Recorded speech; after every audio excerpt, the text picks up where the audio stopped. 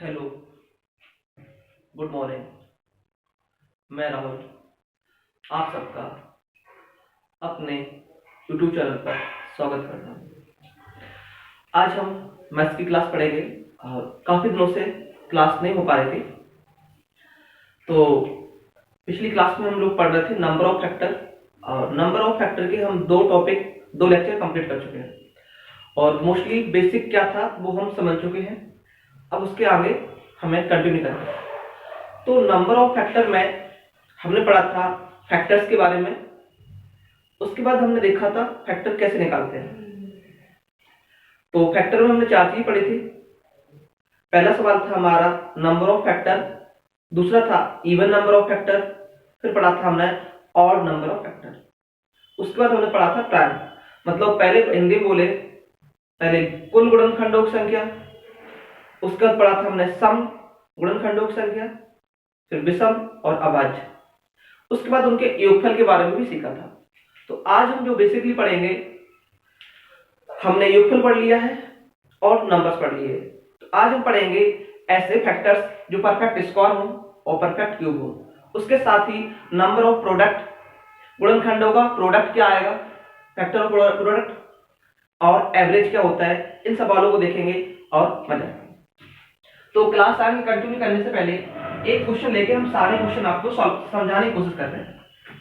तो हम लोगों ने जो पिछली क्लास में पढ़ा था उसे हम रिवाइज करा रहे हैं, एक क्वेश्चन से 5 मिनट में। सवाल को समझने की कोशिश करना। कोई भी क्वेश्चन होगा तो पहला हमारा काम है उसे फैक्टर के रूप में लिखना, उसे अभाज्य गुणनखंडों की संख्या के रूप में लिखना। तो एक हमने क्वेश्चन उठाया 2 की पावर 2, 3 की पावर 2 और 5 की पावर 2। कोई नंबर होगा, इसे हमने अभाज्य गुणनखंड के रूप में लिख लिया।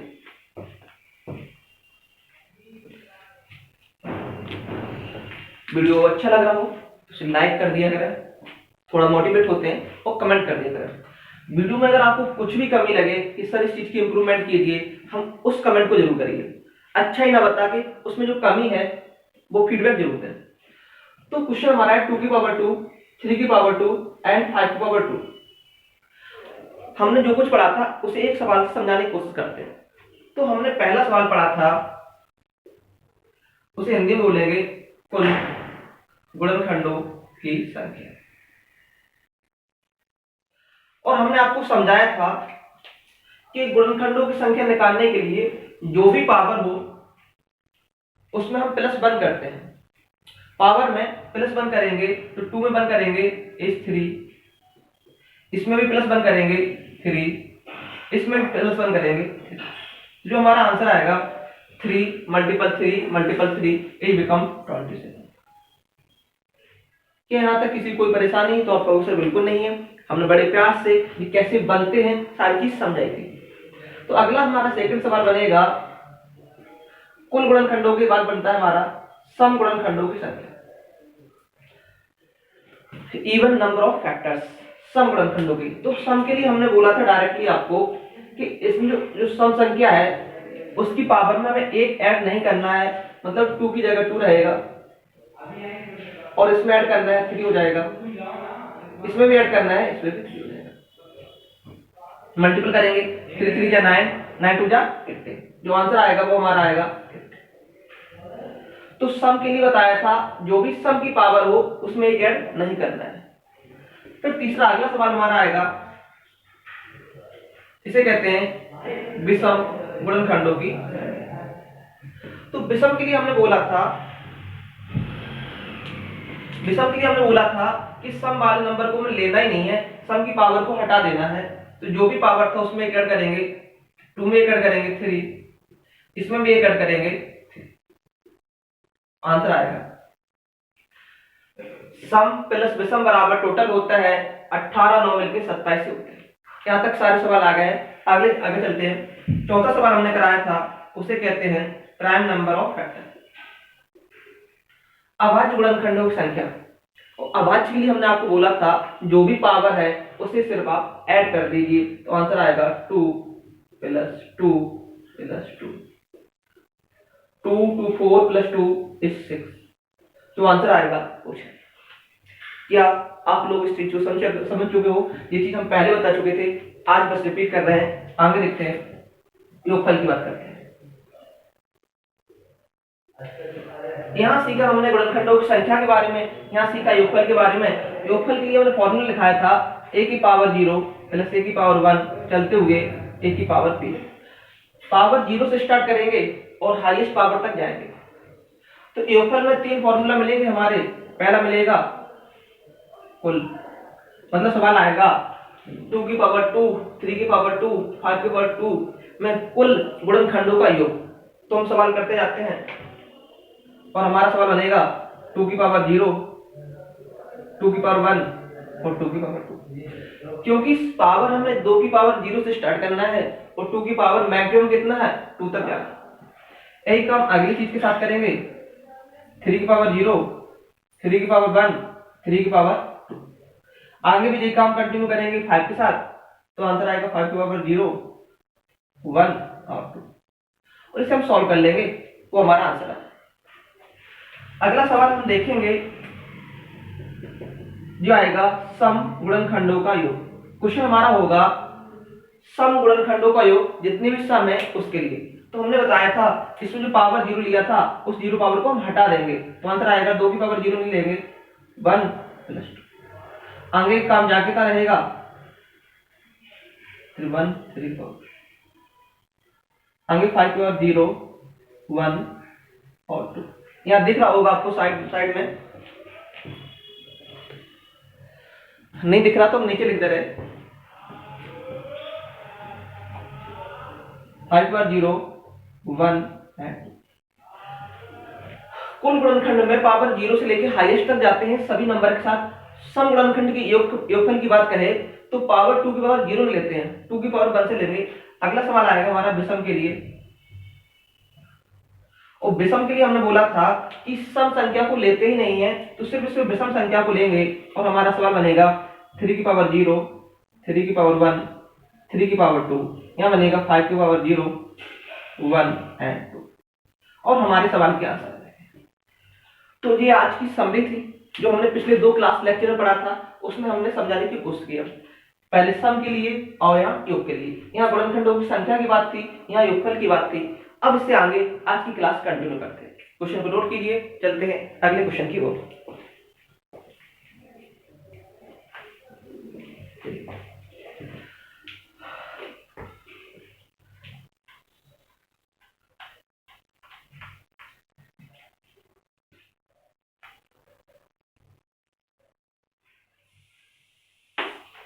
आगे बढ़ते हैं और आज हम सीखते हैं।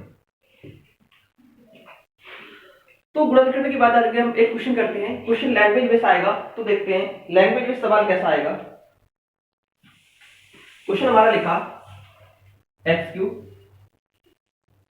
x square 7 6। एक सवाल है, कोई संख्या है, उसमें एक बार x क्यूब है प्लस x स्क्वायर है प्लस 7 6 ऐड है।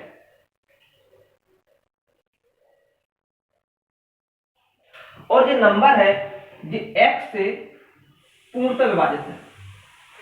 चलिए ध्यान, उसने बोला ये नंबर x से पूर्णतः विभाजित है, तो x के सारे मान बताइए।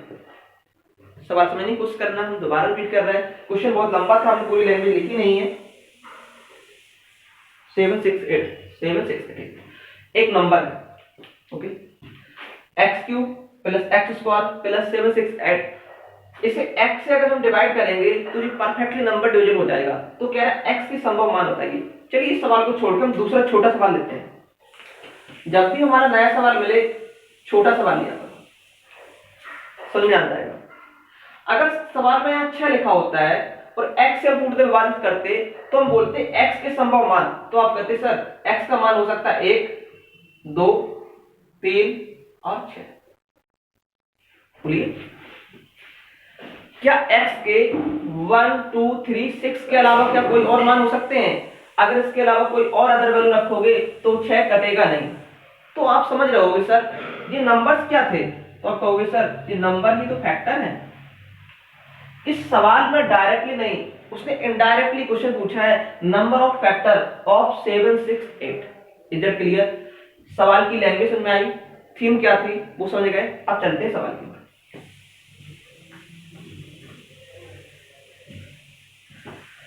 तो इस सवाल को अपन में लिखते हैं, ये x यहां से हट के यहां जाएगी, ये पूरा कट जाएगा, पूरा कट जाएगा, तो हमारा आंसर हो जाएगा 768 अपॉन x। उसने कि x से पूर्णतः विभाजित है, तो x के सभी संभव मान, मतलब वो सवाल में डायरेक्टली नहीं पूछे, इनडायरेक्टली पूछा है नंबर ऑफ फैक्टर ऑफ 7 6 8। तो इसे फैक्टर करने के लिए हम क्या करते हैं, 7 लिखेंगे, 6 लिखेंगे, 8 लिखेंगे, 2 से डिवाइड करेंगे, 2 3 6 8 4, 2 से काटेंगे 1 9 2, 2 से काटेंगे 9 2 18 6,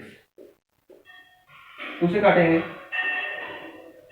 48, 2 से काटेंगे 24, फिर 2 से काटेंगे 12, 2 से काटेंगे 6, 2 से काटेंगे 3, 3 से काटेंगे,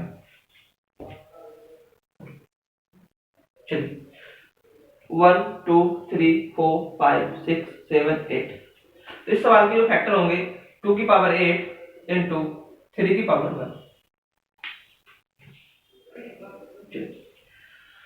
तो सबसे पहले हमने दिए गए नंबर के हमने फैक्टर कर लिए और उसे पावर के रूप में लिख दिया, और उसने बोला था इसके संभव मान को हम फैक्टर कहते हैं। इसके जो नंबर ऑफ फैक्टर आएंगे हमने आपको सिखाया है, इसमें एक ऐड कर दीजिए, 8 में एक ऐड कर दोगे तो हो जाएगा 9, और 1 में एक ऐड कर दोगे तो हो जाएगा 2, 9 2 जा 8।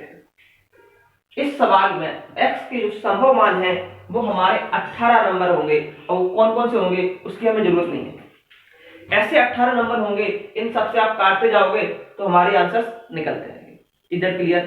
तो सवाल नया आए, लैंग्वेज बेस्ड आए तो परेशान नहीं होना है, सवाल को आराम से स्लो मोशन में सॉल्व करना है। सवाल जब ना बने तो छोटा सा एग्जांपल ले लिया करो जिसे तुम ओरल कर सको, 6 ले लो, 8 ले लो, 4 ले लो। ओके, क्वेश्चन नोट कीजिए।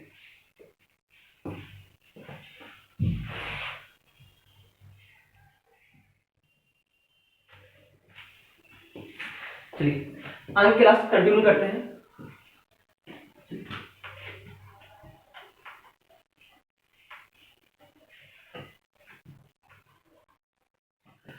अगला कॉन्सेप्ट हम पढ़ेंगे, तो योगफल के बारे में भी हम और जानेंगे। अगर सवाल हमारा योगफल में चल रहे थे, योगफल, अगर अगला सवाल हमारा आ जाए व्युत्क्रमों का योग, इंग्लिश में बोलेंगे सम ऑफ रेसिप्रोकल्स।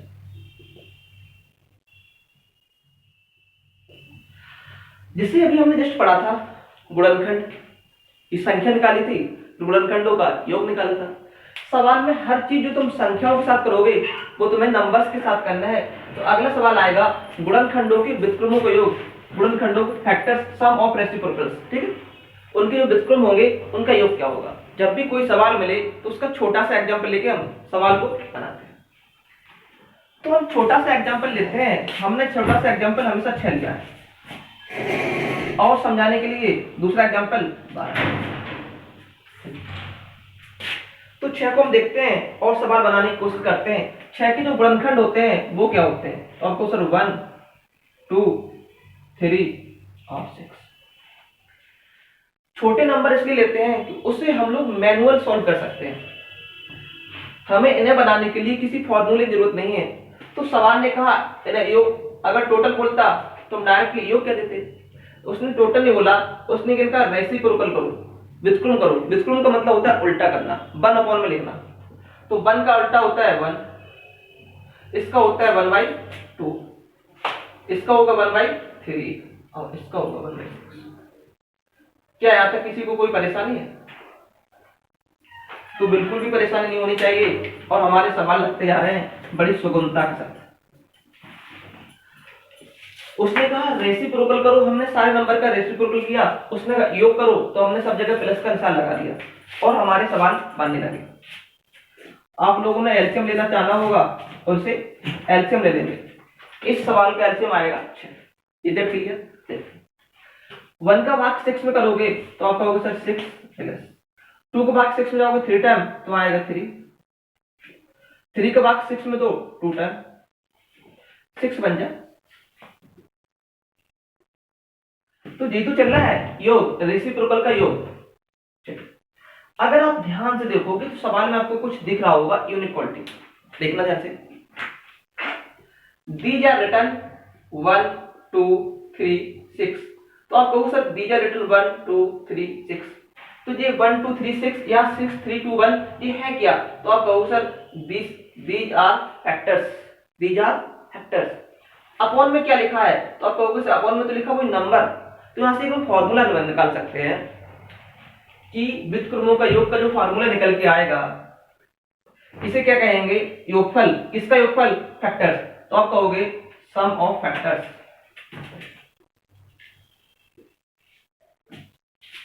अपॉन, यहां 6 क्या आया? जो नंबर था वो आएगा, तो लिखेंगे बटे नंबर, मतलब संख्या। तो हमें एक नया फॉर्मूला मिल गया। फॉर्मूला क्या है?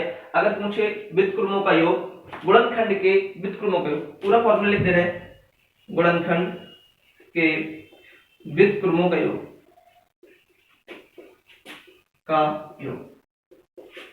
बराबर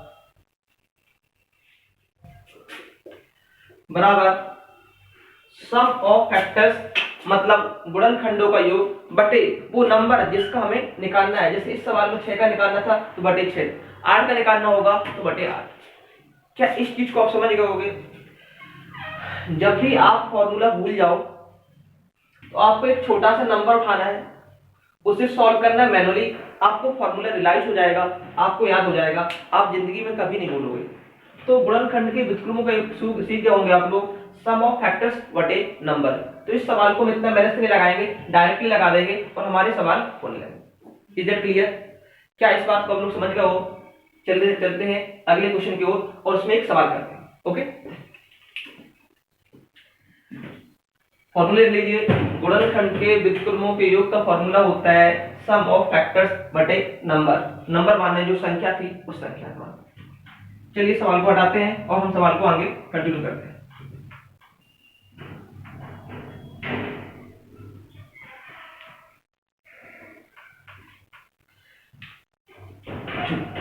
तो सवाल हम लिखते हैं 100। सवाल हमारा इस प्रकार आएगा, 100 के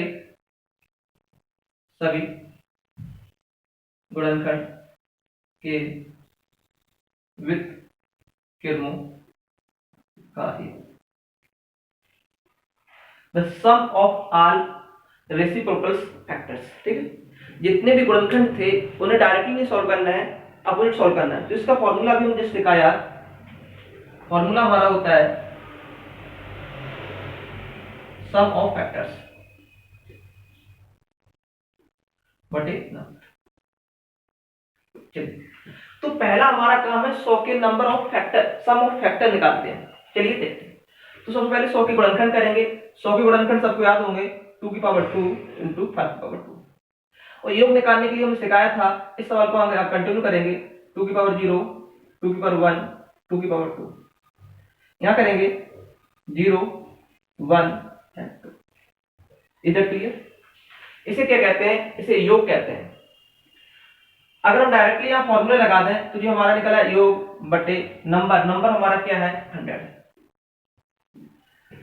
2 की पावर 2 मतलब 4, 2 की पावर 2 मतलब 6, इसका ना आएगा 1 plus 2 plus 4, 4 plus 2 6 plus 7 into, यहां करेंगे 25 प्लस 5 प्लस 1, 25 5 30 31 बटे 100। सॉल्व करेंगे 7 21 तो बोला। इस सवाल का जो आंसर आएगा sum of all reciprocals of factor, गुणनखंड के व्युत्क्रम का योग, तो इसका हम निकाल चुके हैं। सबसे पहले हमने सीखा था सम ऑफ फैक्टर, उसे हम अलग निकाल लेंगे, बटे नंबर है उसे लिख देंगे और हमारे सवाल का आंसर आ जाएगा। कि यहां तक कोई परेशानी है क्या? इसके और ज्यादा एग्जांपल कराने की जरूरत है? हमारे हिसाब से कोई जरूरत नहीं है, बट एक क्वेश्चन आपके लिए और कर देते हैं, इस क्वेश्चन को नोट कीजिए।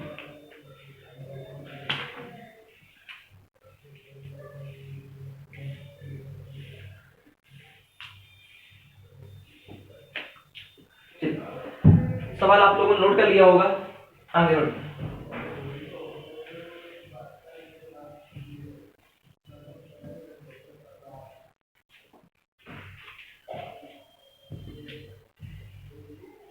क्वेश्चन हमारा है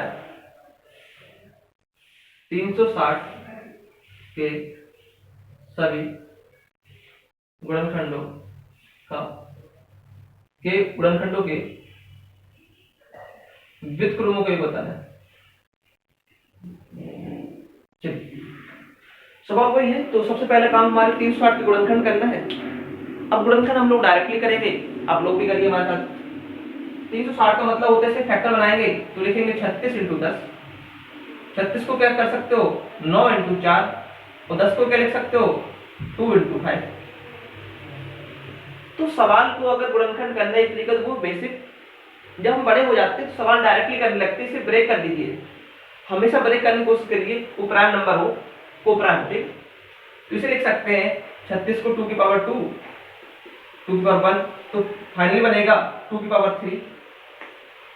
यहाँ देखेंगे तो 9 को लिख सकते हैं 3 की पावर 2 × 5 को लिखेंगे 5 अकेला है। हमने इस प्रकार इसके गुणनखंड कर लिए।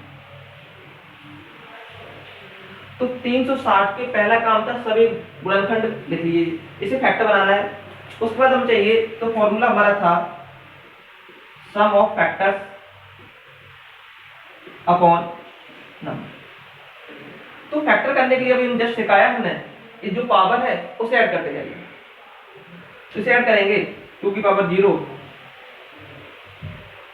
2 की पावर 1, 2 की पावर 2, 2 की पावर। उस सवाल को 2 की पावर 0 से लेके चलेंगे मैक्सिमम पावर तक। इसी प्रकार यहां जाएंगे 3 की पावर 0, 3 की पावर 1, 3 की पावर 2 प्लस यहां चलेंगे 5 की पावर 0, 1 और 2। यहां दिख रहा होगा आपको, नहीं सॉरी, यहां पावर 1 है तो बस 1 तक जाना है, यहां तक दिख रहा होगा। चलिए सवाल करते हैं। और अपॉन में क्या लिखना है, अपॉन में लिखना है हमें वो संख्या हमारी थी 360। चलिए सॉल्व करके 2 की पावर 3 बोले तो 8, 2 की पावर 2 बोले तो 4, 2 + 1 सबको जोड़ देंगे 8 2 10 5 15 इंटू यहां देखेंगे 9 10 3 13 इंटू 5 और 1 6 बटे 360। कुछ कट रहा है, 6 से काट देंगे 36 60 बार, 15 से काट देंगे 4 बार, तो आंसर आएगा 13/4। भाग देना तो भाग दे दीजिए, दशमलव में आंसर हो दशमलव में, पॉइंट में हो तो पॉइंट में। तो हम जिस सवाल से कहेंगे कि 360 के गुणनखंडों के व्युत्क्रमों का योग क्या होता है। आगे देखते हैं, उस पर और सवाल बनते हैं, उन्हें देखते हैं। चलिए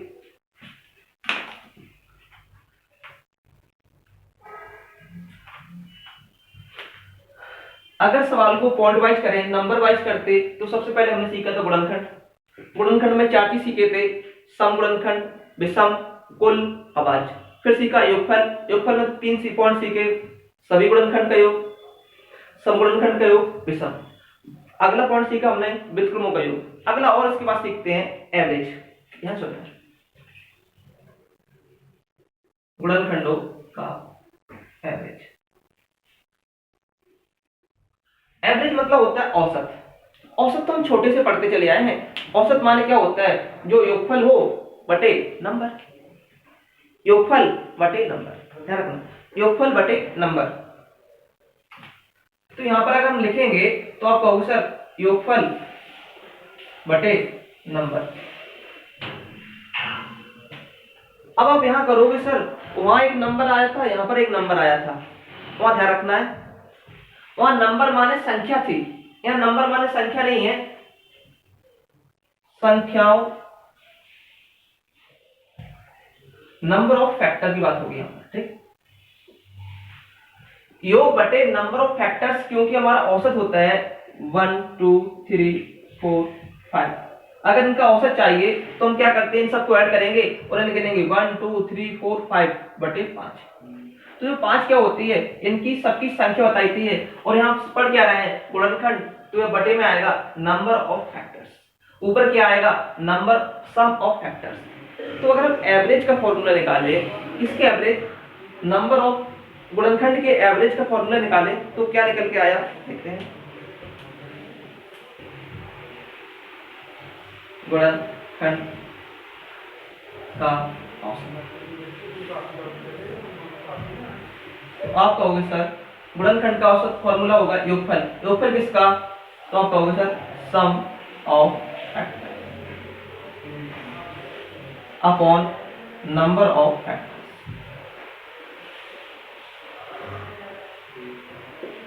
देखिए इसे हम एक छोटा सा एग्जांपल लेके फिर समझाने की कोशिश करें।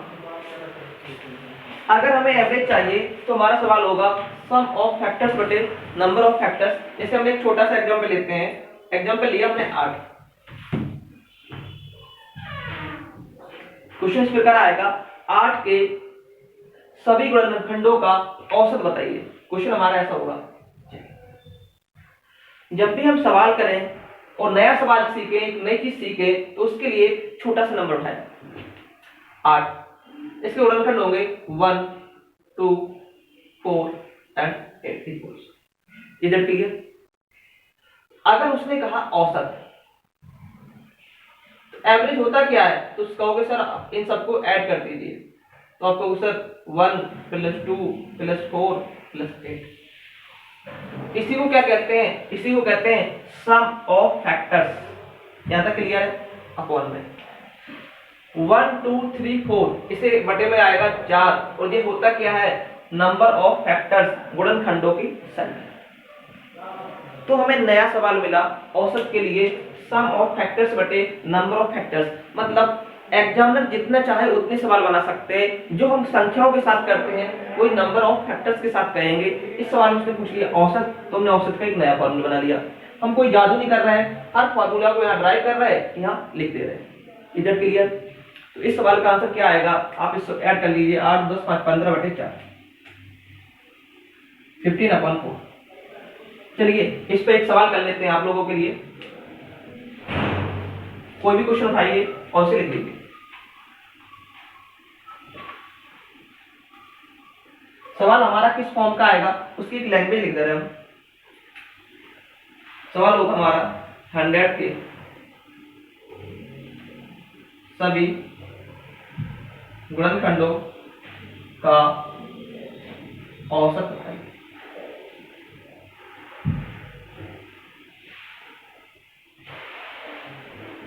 क्वेश्चन आएगा what is the average of all 100 factors. 100 के सभी जो गुणनखंड थे उसका औसत क्या होगा, ये आपका सवाल। चलिए सवाल बनाने की कोशिश कीजिए।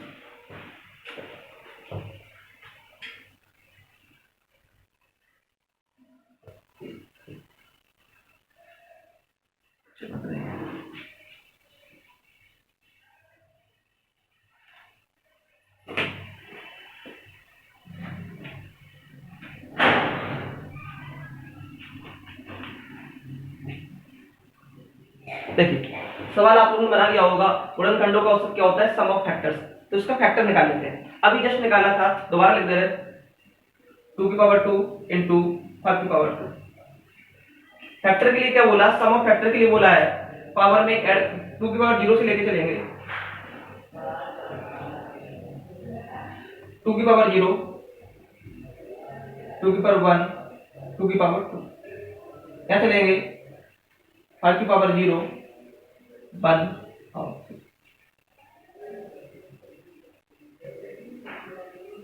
चलिए सम देख लेते हैं। ये आएगा 4, 2, 1, यहाँ पर हो जाएगा 7, 5, 25, 35, 1, 31। मल्टीपल कर देंगे 7 बन 7। इसका जो योगफल आएगा, गुणनखंडों का योगफल आएगा वो 217। अगर हम संख्या की बात करें तो उसका फॉर्मूला में बताया था, जो भी पावर उसमें एक ऐड करते हैं, यहीं ऐड करके दिखा दे रहे हैं। इसमें एक ऐड करोगे 3, इसमें भी एक ऐड करोगे 3। जो नंबर ऑफ फैक्टर्स हो जाएंगे वो हो जाएंगे आपके 9। इस फॉर्मूले में रख देते हैं, हमारे सवाल का आंसर आ जाएगा। सम ऑफ फैक्टर्स था हमारा 217 अपॉन नंबर ऑफ फैक्टर्स था अपॉन में 9। 7 एक 8 10 कटेगा नहीं, हमारा आंसर हमें ऑप्शन को देख के करना है। तो हमारा अगला पॉइंट भी हो गया, हमने औसत निकालना भी सीख लिया, व्युत्क्रमों का योग भी सीख लिया है। आगे बढ़ते हैं और सीखते हैं इसका मल्टीपल। मल्टीपल में बहुत सारे सवाल बनेंगे, उनको भी करते हैं। उसके बाद सीखना है हमें number of squares, number of cube. इस क्वेश्चन को नोट कीजिए।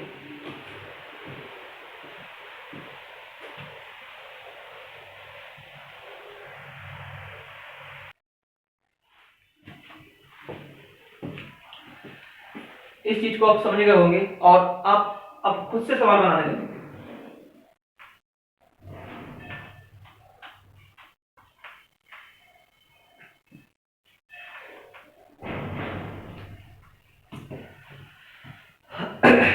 आगे बढ़ते हैं। तो अभी तक हमने क्या क्या पढ़ लिया है, सम ऑफ फैक्टर्स देख लिए और रेसिप्रोकल देख लिया है और एवरेज देख लिया। अब प्रोडक्ट बचा है। प्रोडक्ट से पहले हम स्क्वायर देख लेते हैं। Number of squares, number of cube. Number of square और नंबर ऑफ क्यूब से सीरियल मैथ्स में सवाल आ चुके हैं, ठीक है। तो उन्हें देखते हैं पहले। जब भी हम सवाल देखेंगे तो छोटा सा सवाल से देखते हैं। हमारा जो फैक्टर है, हेडिंग अगर हम डालेंगे, हेडिंग वाइज पढ़ेंगे तो हमें बताना है गुणनखंडों की संख्या जो पूर्ण वर्ग। इसी से हम सीख जाएंगे। इस चीज को ध्यान देना है, पूर्ण वर्ग, perfect square, perfect square. You have to tell such as factors that are perfect square। यहां से हम सब सीखेंगे, परफेक्ट स्क्वायर हो, परफेक्ट क्यूब हो, पावर 5 हो, पावर 6 हो, पावर 10 हो, A to Z questions comes from that। Basic देखेंगे सवाल और फिर नॉर्मली देखेंगे। चलिए देखते सवाल को।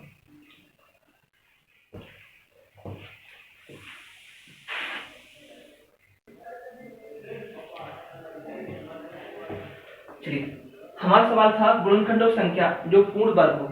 हमें देखना है परफेक्ट स्क्वायर और हमने कहा इस सवाल से हम सारे सवाल बनाएंगे, परफेक्ट स्क्वायर, परफेक्ट क्यूब और पावर 6, पावर 3, पावर 5, जो भी पावर हमारे चाहिए।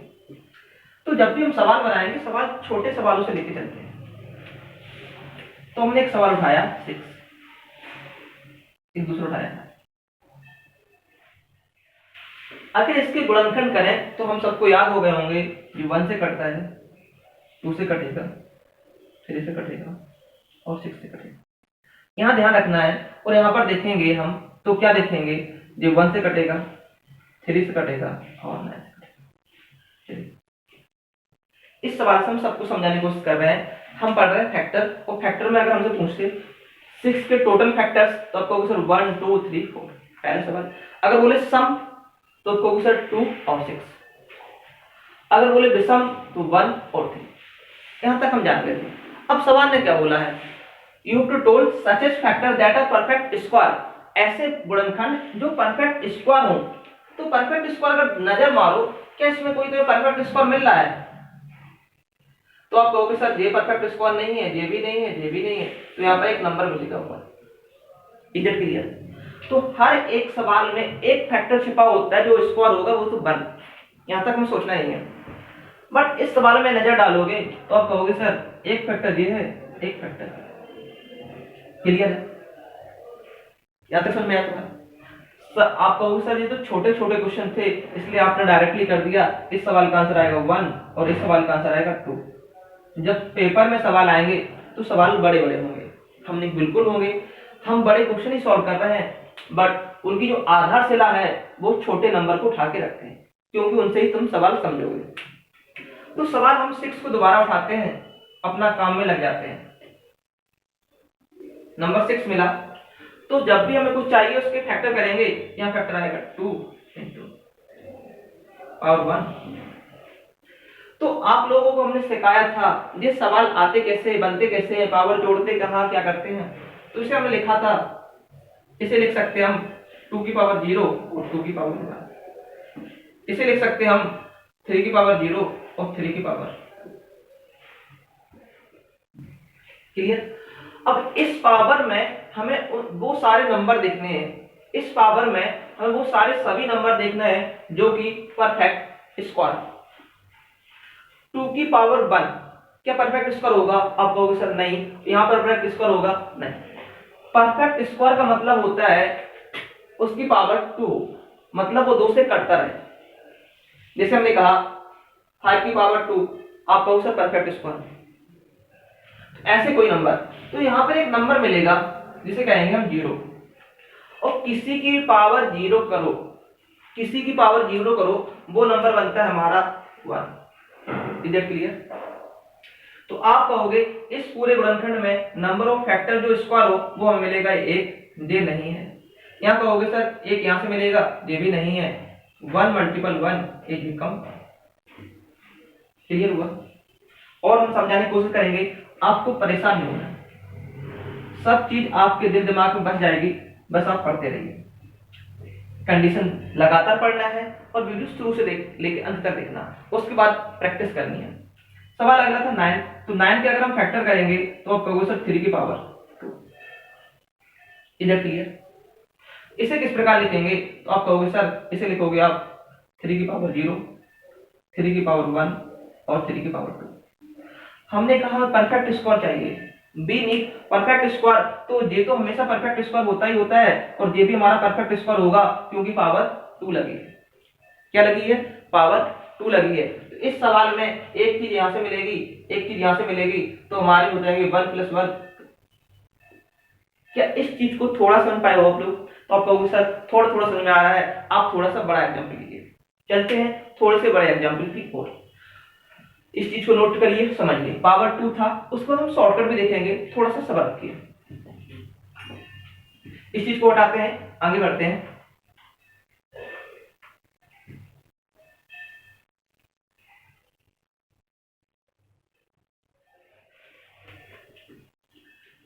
एक दूसरा नंबर लेते हैं हम 100, इसके फैक्टर होते हैं 2 की पावर 2 इंटू 5 की पावर 2। दूसरा नंबर और लेते हैं, जैसे हमने लिया 48, 16 से 2 की पावर 4 इंटू 3। क्लियर? इस सवाल में समझ लेंगे बस। तो पहले हमने 100 लिखा, 100 को लिखा हमने 2 की पावर 2 इंटू 5 की पावर 2। हमें चाहिए परफेक्ट स्क्वायर, तो समझने के लिए हमने कहा क्या, इसे देखते हैं। 2 की पावर 0 आएगा, 2 की पावर 1 आएगा, 2 आएगा, प्लस 2 ही तो आ रहा है। यहाँ देखेंगे 5 पावर 0, 1 और 2। हमें चाहिए परफेक्ट स्क्वायर, वो सारे नंबर जो परफेक्ट स्क्वायर हो। तो आप कहोगे सर एक परफेक्ट स्क्वायर यहाँ से मिलेगा क्योंकि ये 2 1 हमेशा होता है, और 2 की पावर 2 भी एक परफेक्ट स्क्वायर होगा, ये भी बन जाएगा। आगे देखेंगे तो एक नंबर यहां से निकलेगा और एक नंबर हमारा यहां से भी निकलेगा क्योंकि पावर 2 है। तो नंबर ऑफ फैक्टर जो परफेक्ट स्क्वायर है, तो यहां से मिलेंगे हमें 2 और यहां से मिलेंगे 1 और 1 मिलके 2। इस सवाल में total number of perfect square होंगे वो हमारे 4 होंगे। इधर क्लियर? सवाल को समझाते हैं। इस सवाल को मैंने उठाया 2 की पावर 4 इंटू 3 की पावर 1। इस चीज को समझते हैं और कोशिश करते हैं समझने की। यहाँ लिखेंगे 2 की पावर 0, 1, 2, 3 एंड 4। यहाँ लिखेंगे 3 की पावर 0, 3 की पावर 1। तो हमें चाहिए परफेक्ट स्क्वायर। परफेक्ट स्क्वायर वो होती है जो पावर 2 से कट जाए।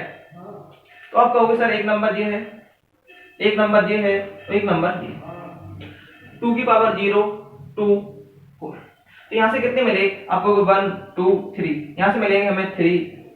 यहाँ देखोगे तो सिर्फ एक मिलेगा, 3 मल्टीपल 1। तो यहाँ पर ऐसे नंबर होंगे वो सिर्फ और सिर्फ 3। क्या इस चीज को समझ गए होगे आप लोग? तो आपको सर समझ में आ रहा है, जो भी पावर हो उसे 2 की फॉर्म में लिखना है। 2 की पावर 2 लिखा, 2 की पावर 4 लिखा, 2 की पावर 6 होगी। इसी प्रकार 3 की पावर लेंगे, 0 हो, 2 हो, 4 हो, 8 हो। इधर क्लियर? तो हम कहें सर इतना मेहनत ना करने की जरूरत नहीं है, सबको शॉर्टकट बताइए। तो चलते हैं शॉर्टकट के पास। इस सवाल का आंसर 3 आया, उसी को देखते हैं, समझने की कोशिश करना है और देखते हैं। सवाल हमारा है परफेक्ट स्क्वायर चाहिए, और परफेक्ट स्क्वायर का मतलब क्या होता है, पावर में 2 जरूर होना चाहिए, पावर में 2 जरूर होना चाहिए। इस सवाल को हम इस प्रकार न लिख के इस सवाल को हम इस प्रकार लिख देंगे, और यहां बनाने की कोशिश करी, क्या इस सवाल को हम इस प्रकार बना पाए, 3 की पावर 2 बना पाए? तो कहोगे सर आप नहीं बना पाए। तो आप कहोगे सर यहां से कोई नंबर नहीं बन रहा है। जब कोई नंबर नहीं बने तो वहां से एक नंबर मान लेते हैं, क्योंकि एक तो हमेशा होता है। हमें परफेक्ट स्क्वायर चाहिए था, तो पावर 2 बना के हमने सवाल बना लिया और हमारा पुराना सवाल बन गया, जो भी पावर हो उसमें एक ऐड कर दीजिए, 2 था 2 में एक ऐड कर दीजिए 3। ठीक है, यहाँ चलते हैं इनटू। इसमें अगर कुछ नहीं चाहो तो 0 लिख सकते हो, तो 0 + 1 करोगे तो आंसर आएगा 3 × 1 = 3। जी हमने तरीका बना लिया कि पावर हमें 2 चाहिए था, तो उसके नीचे हमने पावर 2 बना लिया और सवाल को हमने पुराने तरीके से सॉल्व किया। थोड़ा और देखना है और देखते हैं सवाल को। अब एक बड़ा सवाल लेते हैं और हम करने की कोशिश करते हैं।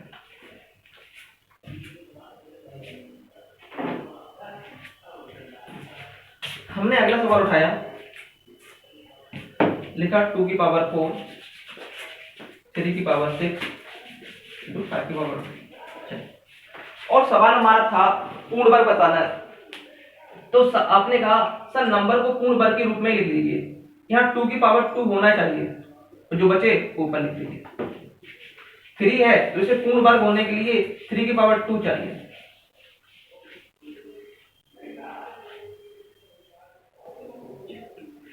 तो हम लोगों ने एक काम ये कर लिया कि हमें चाहिए परफेक्ट स्क्वायर, तो हमने ऑल नंबर्स को 2 की पावर 2 में फॉर्म में लिख दिया। अब हम पुराना सवाल लगा देंगे, जो भी पावर हो उसमें ऐड करते चलिए, हमारे सवाल का आंसर आ जाएगा। यहाँ पावर 2 थी उसमें ऐड करिए 3, यहाँ पावर 3 थी उसमें ऐड करिए 4, यहाँ पावर 1 थी इसमें ऐड करिए 2, तो जो हमारा आंसर आएगा 4 × 12 = 24। क्या इस चीज को आप लोग समझ गए होंगे? तो हमें चाहिए था परफेक्ट स्क्वायर, तो पावर हमने 2 बनाया, पावर 2 बनाया, पावर 2। अगर यहां से चाहिए परफेक्ट क्यूब, अगर परफेक्ट क्यूब चाहिए तो पावर 3 बनाएंगे, पावर 3 बनाएंगे, पावर 3 बनाएंगे और ऊपर जो बचे उसे ऐड करेंगे। इसी प्रकार अगर पावर 6 चाहिए तो पावर 6 बनाएंगे, पावर 6 बनाएंगे और हमारे सवाल के आंसर आने लगेंगे। तो आप कहोगे सर अगर हम इस चीज को लिख के ना करें, ओरल करें, तब भी हम कहें कोई दिक्कत नहीं। ध्यान समझें, इसी सवाल को हम ओरल तरीके से करने सिखा रहे हैं आपको। हमें परफेक्ट स्क्वायर चाहिए तो पावर 2 चाहिए, परफेक्ट स्क्वायर चाहिए तो पावर 2 चाहिए, और पावर 2 करने के लिए ये जो भी पावर दिया है उसे हम 2 से डिवाइड कर लेते हैं। यहाँ पावर 4 था, अगर 2 से डिवाइड करोगे तो आंसर आएगा 2। लेकिन ध्यान रखना हर पावर में 0 ऐड होता है तो +1 करेंगे। चलते हैं 6 में अगर 2 से डिवाइड करेंगे तो 3 टाइम जाएगा, लेकिन हमें +1 कर देंगे। यहाँ 2 से डिवाइड करेंगे 1 टाइम जाएगा तो +1।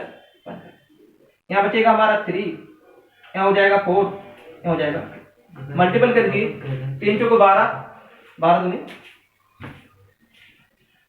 तो हमारा सवाल यहाँ से भी आ गया है, सवाल वहां से आ गया और हमारे सवाल के आंसर बनने लगे। तो हमें क्या करना है, दोबारा देखना है। अगर शॉर्टकट के पास जाए तो जो भी पावर हो उसमें 2 से डिवाइड करना है, +1 करना है। +1 क्यों कर रहे हैं? क्योंकि पावर 0 हमने इसमें लिया नहीं होगा।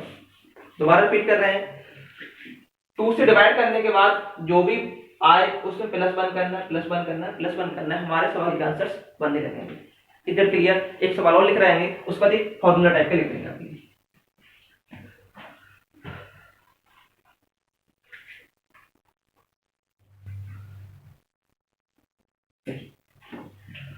अगर हमें गुणनखंडों की संख्या बताना जो परफेक्ट हो, पूर्ण वर्ग हो, तो हम क्या करेंगे? ध्यान से करना है।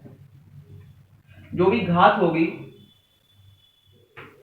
जो भी हमारी पावर होगी, उसे हम 2 से डिवाइड करेंगे। डिवाइड करने के बाद जो भी घात होगी उसे हम 2 से डिवाइड करेंगे। डिवाइड करने के बाद हम +1 करेंगे और ये काम आगे करते रहेंगे और हमारे नंबर ऑफ परफेक्ट स्क्वायर आएंगे। 2 से डिवाइड क्यों कर रहे हो? हमने समझाया आपको, पूर्ण वर्ग बनाना है। पूर्ण वर्ग बनाने के लिए हमने क्या काम करना है। इधर क्लियर?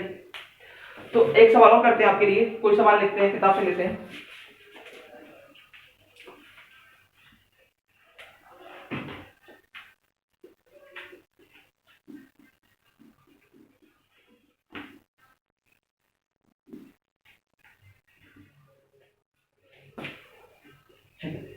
इसलिए हमने सवाल उठाया।